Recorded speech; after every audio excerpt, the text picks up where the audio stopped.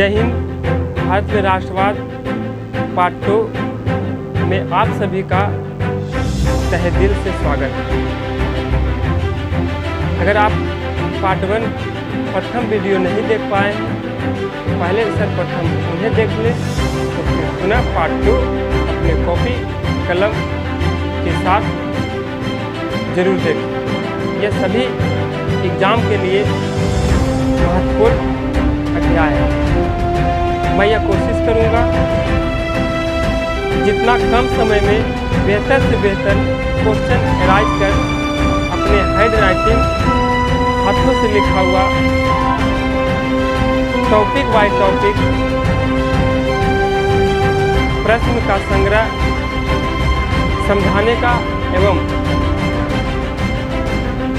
लिखाने का एवं लिखकर पढ़ने का आप लोगों को भी प्रस्तुत करूँगा।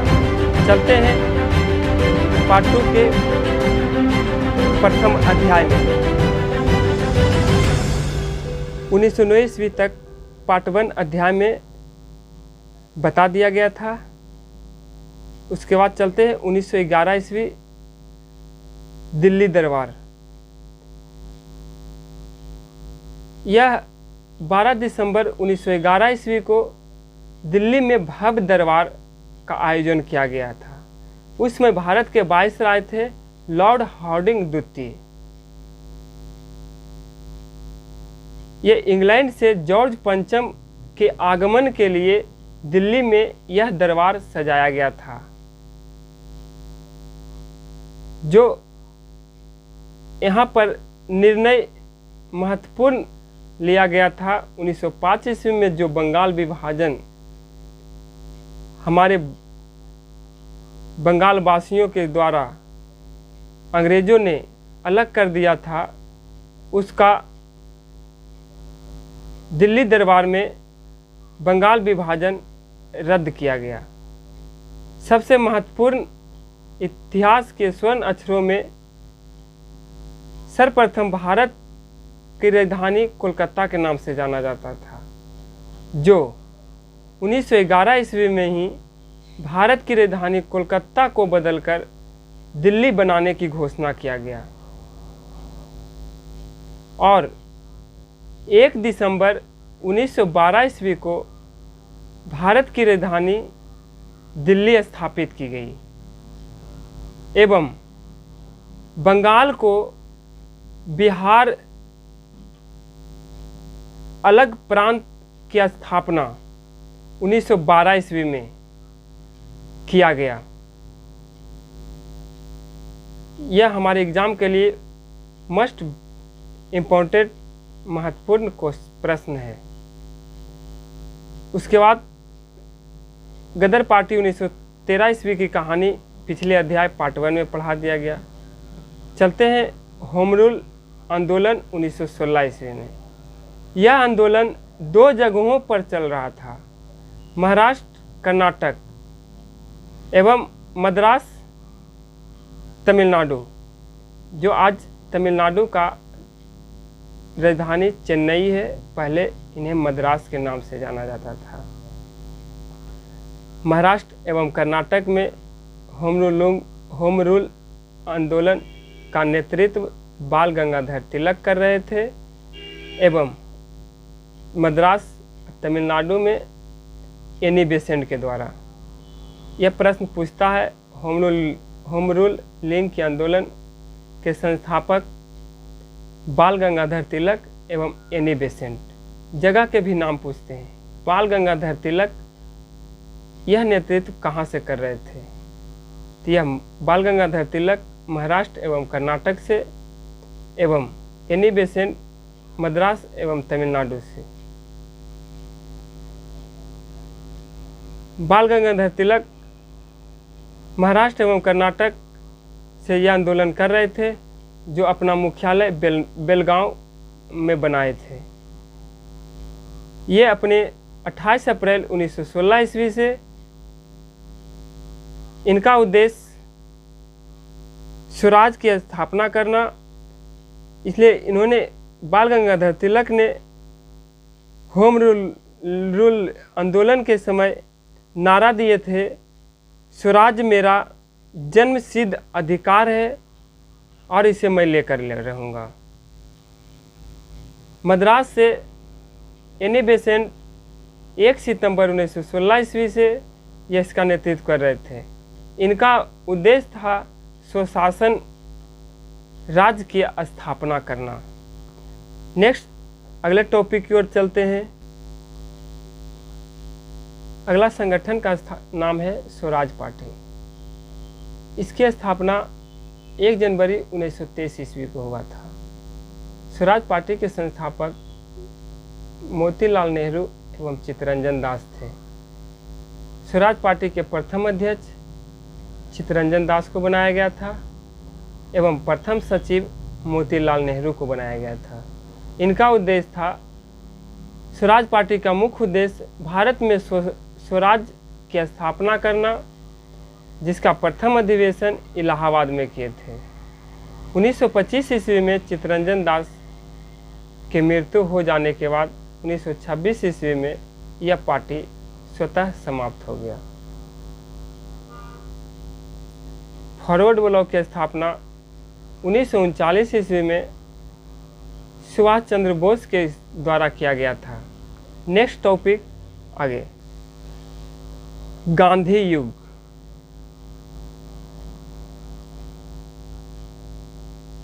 इनका पूरा नाम मोहनदास करमचंद गांधी था। इन्होंने भारतीय क्रांतिकारी संगठन में भारत की आज़ादी में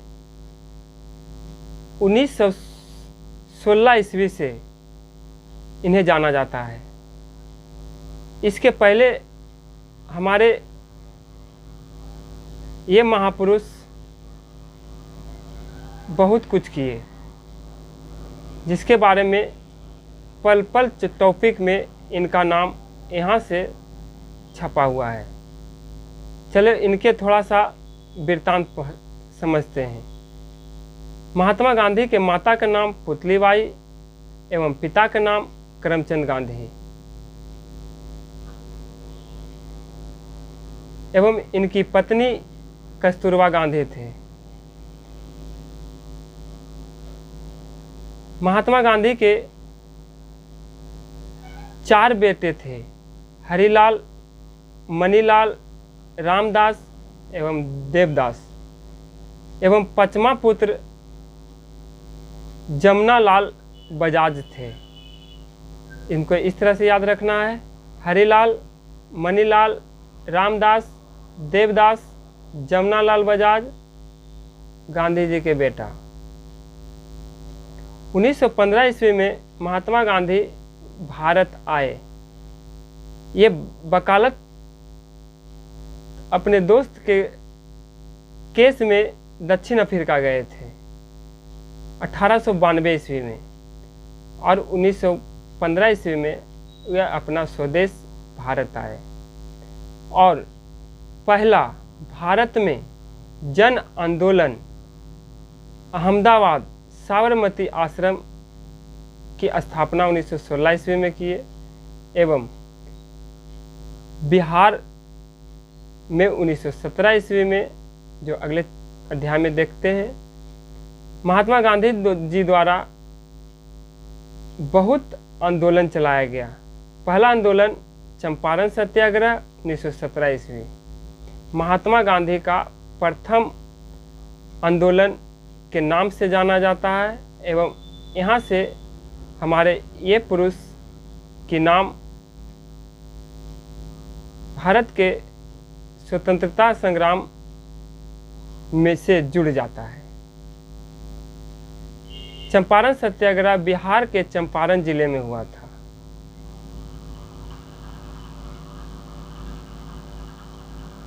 क्योंकि नील की खेती को समाप्त करने के लिए हमारे बिहार के महापुरुष राजकुमार शुक्ल के आग्रह पर महात्मा गांधी पहली बार बिहार आए। इसे प्रभावित होकर रविन्द्रनाथ टैगोर ने महात्मा गांधी को महात्मा की उपाधि दिए थे।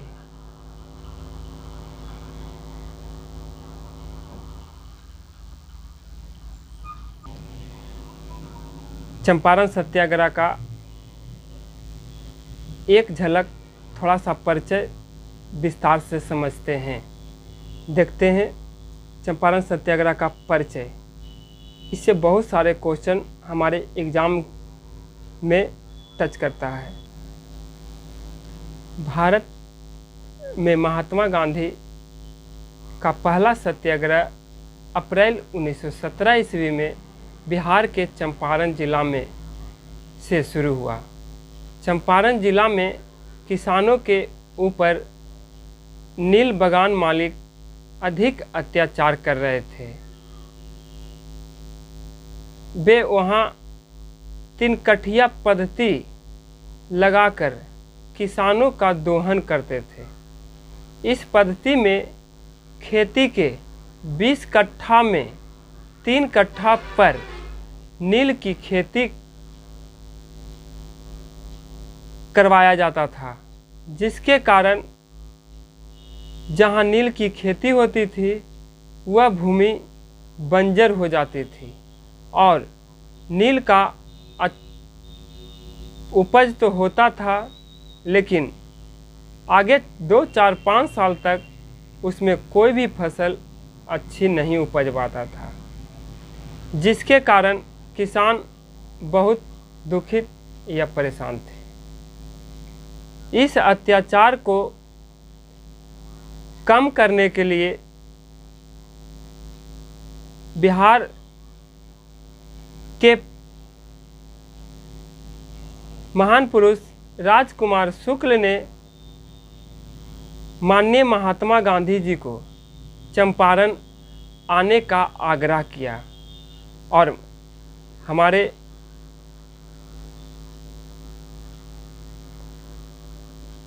महापुरुष महात्मा गांधी एवं अन्य सहयोगियों ने मिलकर यहाँ पहुँचे, जहाँ इन किसानों की दशा को देखते हुए इन्होंने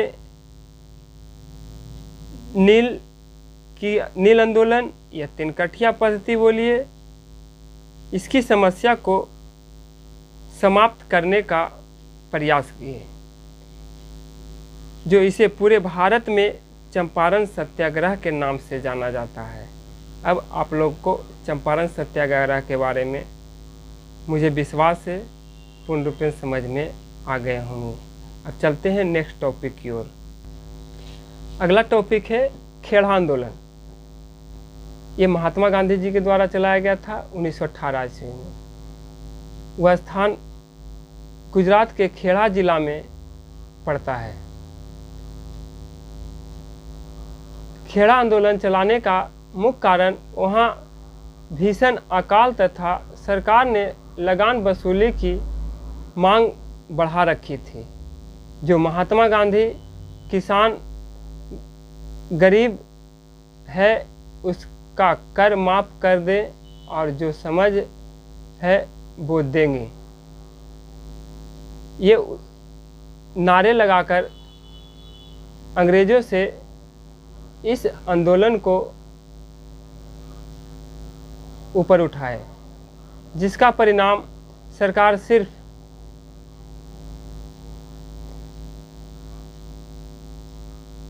सक्षम किसानों से ही कर लेने लगा। कहने का मतलब हुआ जो किसान कर दे पाता था, देने लायक था, उसी पर कर बांधा गया एवं छोटे छोटे किसानों को कर से मुक्त कर दिया गया, जिसे हम लोग खेड़ा आंदोलन के नाम से जानते हैं। यह 1918 ईस्वी में घटित हुआ था, जो गुजरात में पड़ता है। अगला टॉपिक है अहमदाबाद मिल हड़ताल आंदोलन 1918 ईस्वी। स्थान गुजरात के अहमदाबाद जिला। कारण 1917 ईस्वी में वहाँ प्लेग की बीमारी पलायन होने लगी, यानी जोरों पर 1917 ईस्वी में प्लेग की बीमारी फैल गई, जो एक महामारी बीमारी है। इसे रोकने के लिए मिल मालिकों ने प्लेग बोनस दिया। जब प्लेग समाप्त हुआ तो मालिकों ने बोनस हटा दिया, जिसका मजदूरों ने विरोध किया। महात्मा गांधी अपने मिल मजदूरों को समझाते हुए वहाँ के मालिकों को गांधी जी ने 35% मजदूरी वृद्धि के मांग को लेकर एक हड़ताल किया। यह हड़ताल 21 दिन तक चला था। इस हड़ताल में जतिन दास नामक व्यक्ति की मृत्यु हो गया था। यह महात्मा गांधी जी के द्वारा भारत में दूसरा आंदोलन था, जिसे अहमदाबाद मिल आंदोलन के नाम से जानते हैं। सबसे इम्पोर्टेंट राउलेट एक्ट, ये अंग्रेज़ों के द्वारा चलाया गया बहुत दुखद आंदोलन है। यह 19 मार्च 1919 ईस्वी को अंग्रेज़ों ने राउलेट एक्ट पारित किया, जिसका मुख्य कारण था किसी भी व्यक्ति को संदेह के आधार पर गिरफ्तार किया जा सकता था, जिसका सिद्धांत यह था बिना वकील, बिना दलील और बिना वकील। मतलब इस पर जो भी व्यक्ति को पकड़ लिया जाता था, जिस पर न कोई उसके सहयोगी व्यक्ति अपील कर सकता है, न ही इस पर कोई दलील कर सकता है और न ही कोई वकील रख सकता है। महात्मा गांधी ने 6 अप्रैल 1919 ईस्वी को इसका विरोध किया और इसे काला कानून भी कहते हैं। हमारे एग्ज़ाम में पूछा जाता है काला कानून किसे कहा जाता है? काला कानून राउलेट एक्ट को कहा जाता था। राउलेट एक्ट लॉर्ड चेम्सफोर्ड नामक गवर्नर जनरल के द्वारा पारित किया गया था।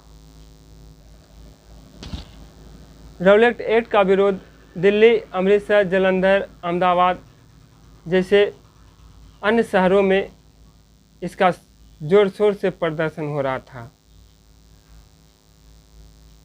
नेक्स्ट अगला अध्याय है जलियांवाला बाग हत्याकांड 1919 ईस्वी। जलियांवाला बाग हत्याकांड 19 मार्च 1919 ईस्वी को अमृतसर, पंजाब में हुआ था। अंग्रेज जनरल ओडायर के द्वारा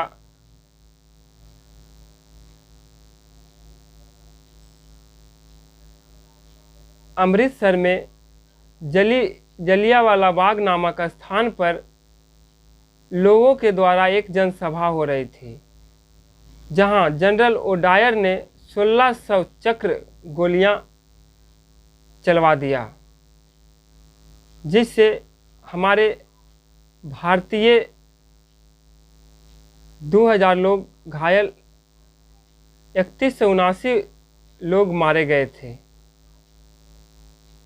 जिसका शोक में महात्मा गांधी ने केसर-ए-हिंद की तथा रविंद्रनाथ टैगोर ने नाइट की उपाधि लौटा दिया, जो अंग्रेज़ों के द्वारा दिया गया था और अंग्रेज़ों के द्वारा एक कमेटी की गठन किया गया, जिसका नाम था हंटर कमेटी। थोड़ा सा जलियांवाला बाग एवं राउलेट एक्ट का विस्तार में समझते हैं। राउलेट एक्ट या काला कानून क्या था? इसे राष्ट्रीय आंदोलन को कैसे प्रभावित किया? जब हमारे भारत में राष्ट्रवाद को अग्रसर था, उस समय अंग्रेज़ों के द्वारा यह कानून लाया गया था। थोड़ा सा इसको विस्तार में समझते हैं। भारत में बढ़ती राष्ट्रवादी क्रांति आंदोलन को दबाने के लिए ब्रिटिश सरकार ने 19 मार्च 1919 ईस्वी को एक एक्ट पास किया, जिसे राउलेट एक्ट कहा गया। इस एक्ट के अनुसार किसी भी व्यक्ति को शक के आधार पर गिरफ्तार कर लिया जाता था एवं ना ही कोई अपील, ना ही कोई दलील ना ही कोई मुकदमा चलाए बगैर अरेस्ट कर लिया जाता था। भारतीयों ने इस कानून का विरोध कर इसे काला कानून कहा।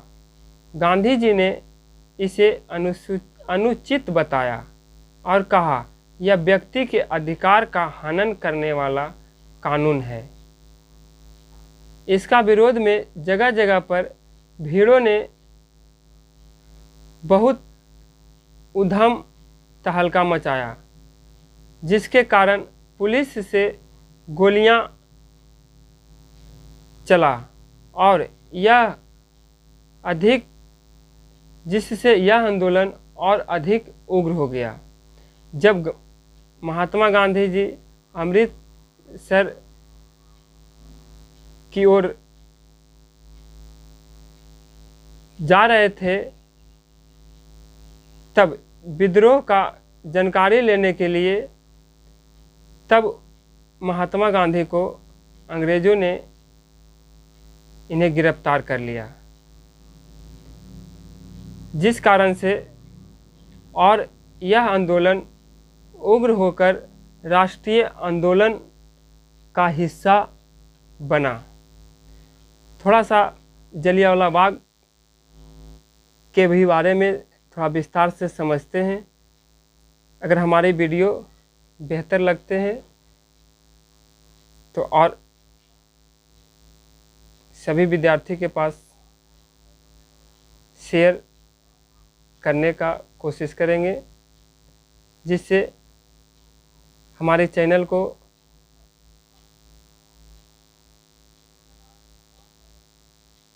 बढ़ावा मिले और हमारी संस्थान और बेहतर से बेहतर प्रयास कर पूर्ण रूपेण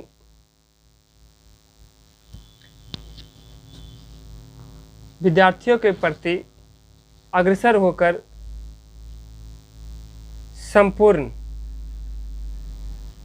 ज्ञान बांटने का पूर्ण प्रयास करेगा। हमारे चैनल का नाम गुरु ज्ञान 88। इसे जितना अधिक से अधिक शेयर करें एवं जब भी यह वीडियो देखें तो कॉपी और कलम अपने साथ रखें। जो अधिक से अधिक समझ में आए उसे अपने कॉपी पर ज़रूर नोट्स करें एवं जो नहीं समझ में आए दोबारा यह वीडियो देखकर समझने का प्रयास करेंगे। चलते हैं नेक्स्ट जलियांवाला बाग हत्याकांड के बारे में थोड़ा समझने का प्रयास करेंगे। जलियांवाला बाग हत्याकांड की घटना डॉक्टर सत्यपाल और डॉक्टर सैफुद्दीन किचलू के गिरफ्तारी तथा रॉलेट एक्ट के विरोध में बैसाखी के दिन अमृतसर नामक जगह पर जलियांवाला बाग नामक जगह पर 13 अप्रैल 1919 ईस्वी को शांतिपूर्ण एक जनसभा हो रही थी। तभी उसी समय जनरल ओडायर नामक एक अफसर आया और मुख्य प्रवेश द्वार को घेर लिया एवं कोई चेतावनी दिए बिना मात्र 10 मिनट के अंदर उस जनसभा पर अपने सैनिकों के द्वारा अंधाधुंध 1650 राउंड लगभग गोलियां चलवाया, जिससे 179 लोग मारे गए तथा 2000 लोग घायल हो गए, जिसकी खबर मिलकर देश में खलबली मच गई। जिसके तुरंत बाद खिलाफत आंदोलन तथा असहयोग आंदोलन आरंभ हो गया। इस शोक में गांधी जी, केसर-ए-हिंद तथा रविन्द्रनाथ टैगोर ने सर की उपाधि लौटा दिया गया।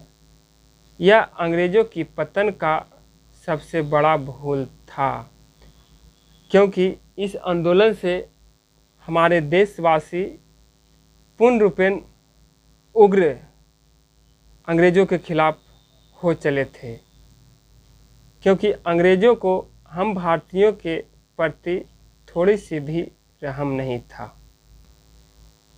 जलियांवाला बाग हत्याकांड के बाद मेरा पहला देश में जन आंदोलन था, हुआ था खिलाफत आंदोलन 1919 ईस्वी में। खिलाफत समिति का गठन किया गया। इस खिलाफत समिति के संस्थापक शौकत अली और मोहम्मद अली थे, जिसका कारण खलीफा को इस्लाम धर्म की रक्षा के लिए अरब प्रदेश वापस लौटा दें, जिसका परिणाम 17 अक्टूबर 1919 ईस्वी को भारत में खिलाफत दिवस मनाया गया। 1920 ईस्वी में असहयोग आंदोलन का पृष्ठभूमि खिलाफत आंदोलन से बना एवं 1924 ईस्वी में तुर्की के मुस्तफ़ा कमाल पाशा ने खलीफा पद को समाप्त कर दिया गया। असहयोग आंदोलन 1920 ईस्वी 1 अगस्त 1920 ईस्वी को महात्मा गांधी जी के द्वारा चलाया गया असहयोग आंदोलन विदेशी वस्तुओं को बहिष्कार करने के उद्देश्य से लागू किया गया।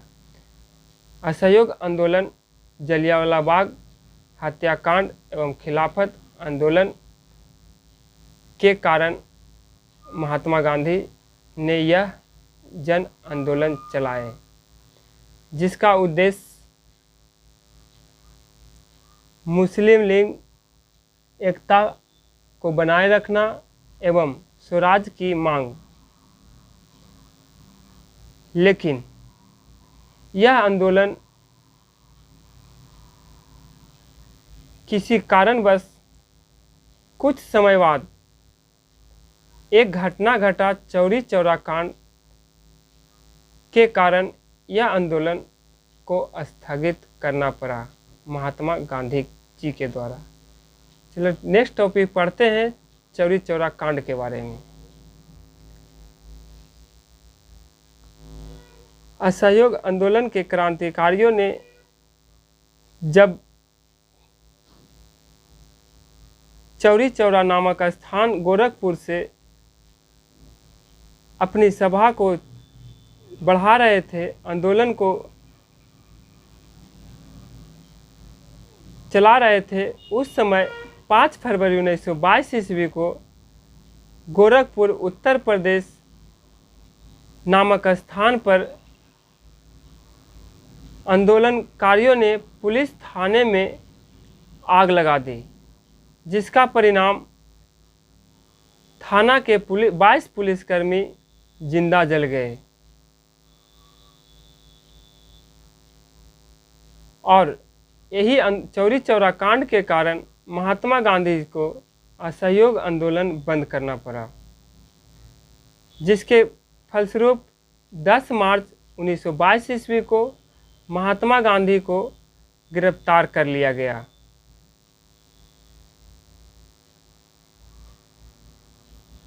असहयोग आंदोलन ने ब्रिटिश सरकार का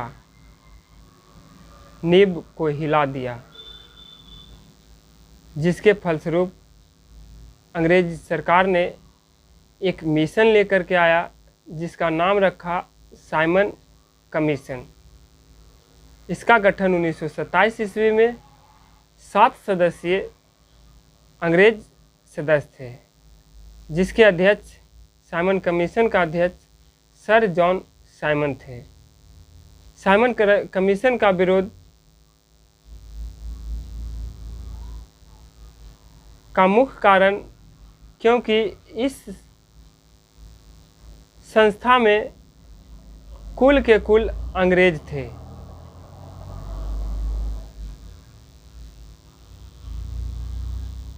जिस कारण हम भारतीयों को लगता था कि यह जो कमीशन का गठन किया जा रहा है हम देशवासियों के लिए अच्छा नहीं है। यह पूर्ण रूप अंग्रेज अपनी पक्षधर के कारण यह साइमन कमीशन बना रहा है।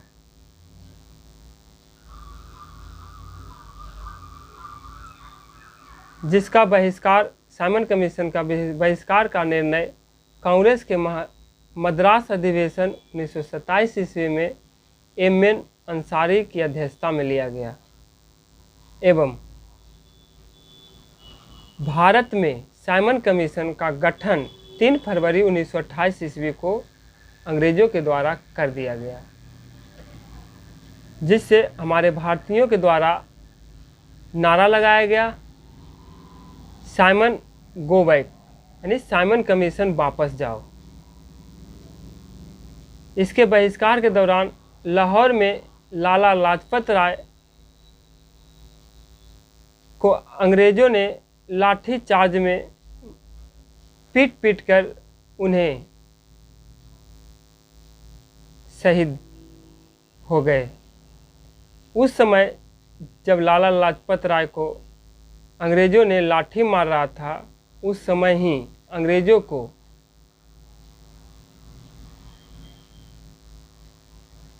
धमकी भरा शब्द में बोले, मेरे सिर पर लाठी का एक एक प्रहार अंग्रेजी शासन का किल साबित होगा।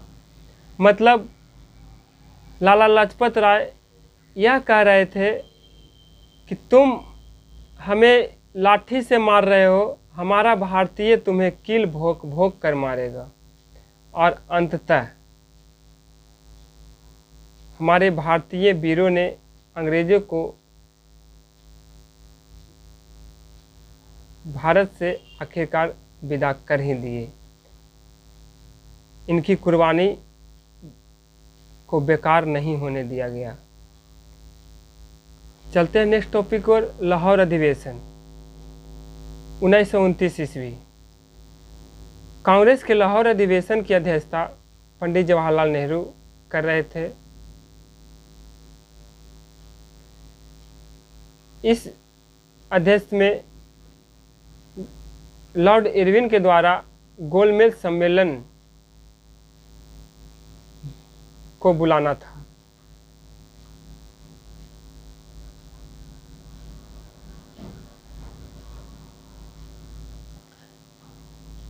जब पंडित जवाहरलाल नेहरू 31 दिसंबर 1929 ईस्वी को मध्य रात्रि को रावी नदी के तट पर हाथ में राष्ट्रीय ध्वज तिरंगे को लेकर ऐलान किए, पूर्ण स्वराज, हमारा देश आज़ाद है। अंग्रेजों की भनक इसकी लगी। लाहौर अधिवेशन पंडित जवाहरलाल नेहरू के द्वारा पूर्ण स्वाधीनता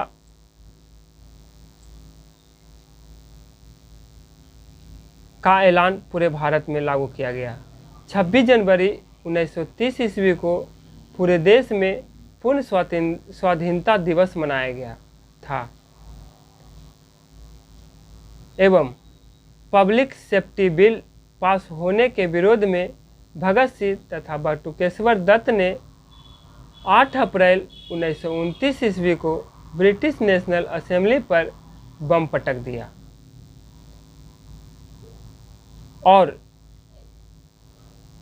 भगत सिंह उस समय अंग्रेजों को यह कह कर के बम पटके कि हम बहरों तक अपनी आवाज़ पहुंचाना चाहते हैं और अपनी समुदाय के द्वारा इंकलाब जिंदाबाद की नारा के साथ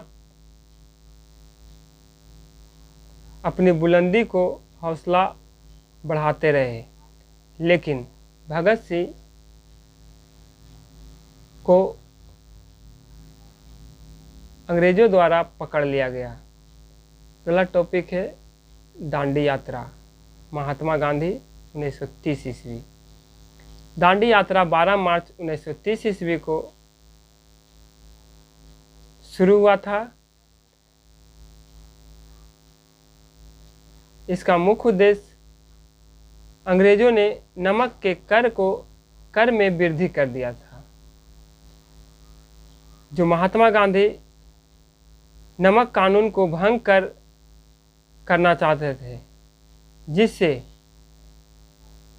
साबरमती आश्रम से गुजरात के समुद्र तट तक 240 मील लगभग 78 किलोमीटर से 80 किलोमीटर तक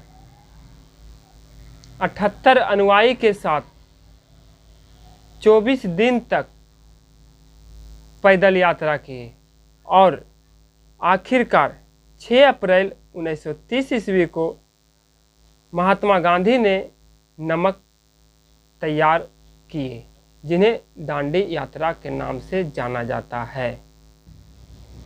अगला टॉपिक है सविनय अवज्ञा आंदोलन 1930 ईस्वी। महात्मा गांधी के द्वारा चलाया गया 6 अप्रैल 1930 ईस्वी को यह आंदोलन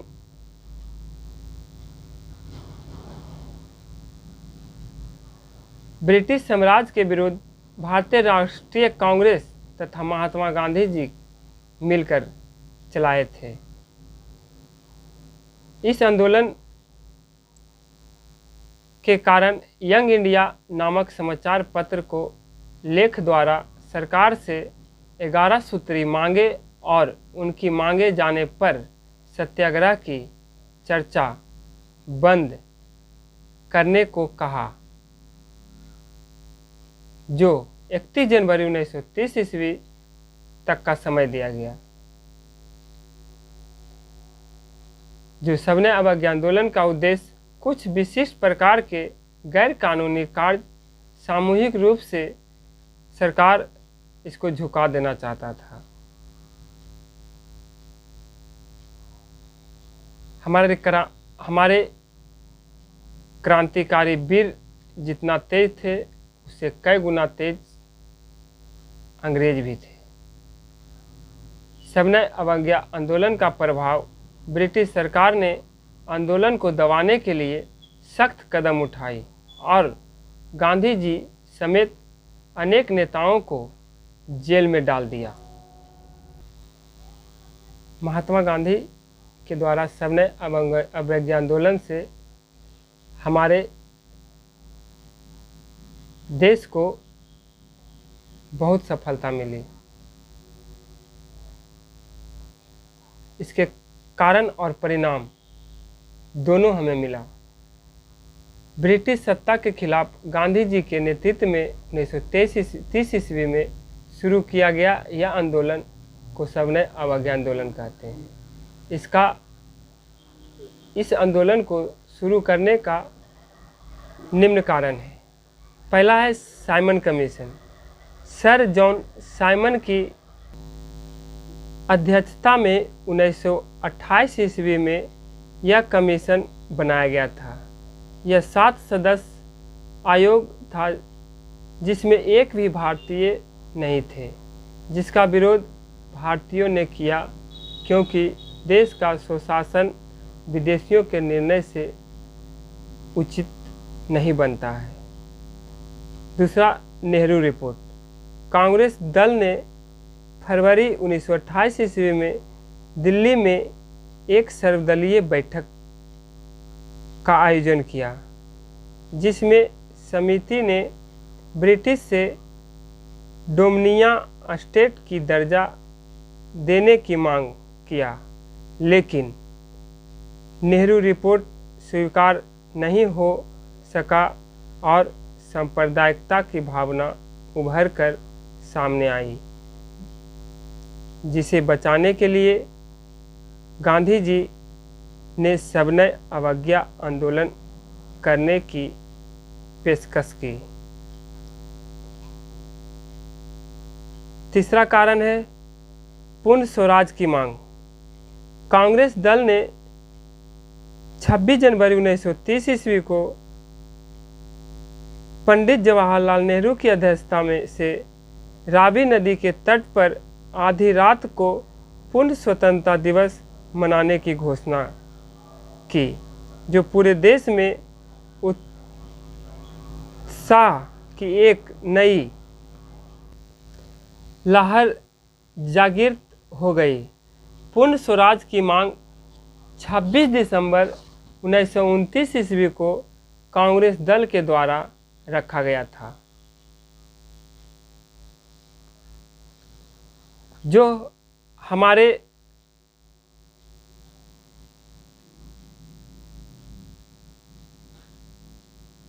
देश को पूर्ण स्वराज की मांग नहीं मिला, जिसके कारण महात्मा गांधी को सविनय अवज्ञा आंदोलन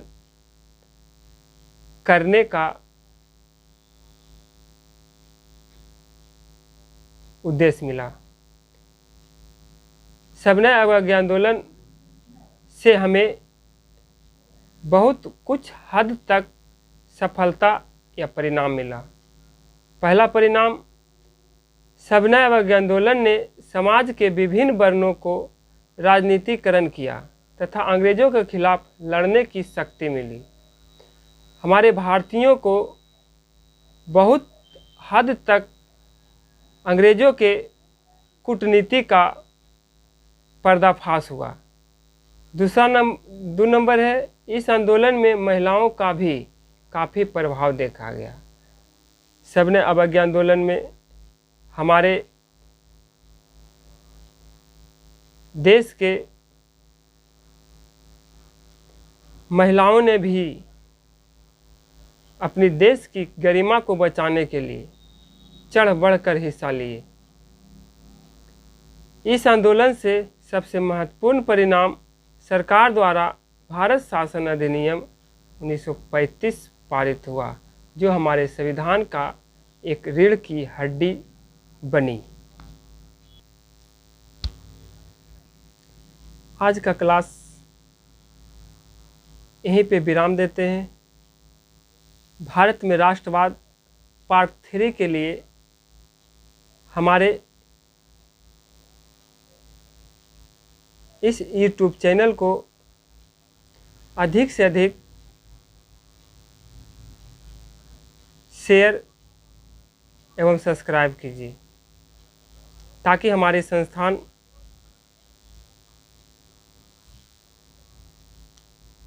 हम सभी विद्यार्थियों को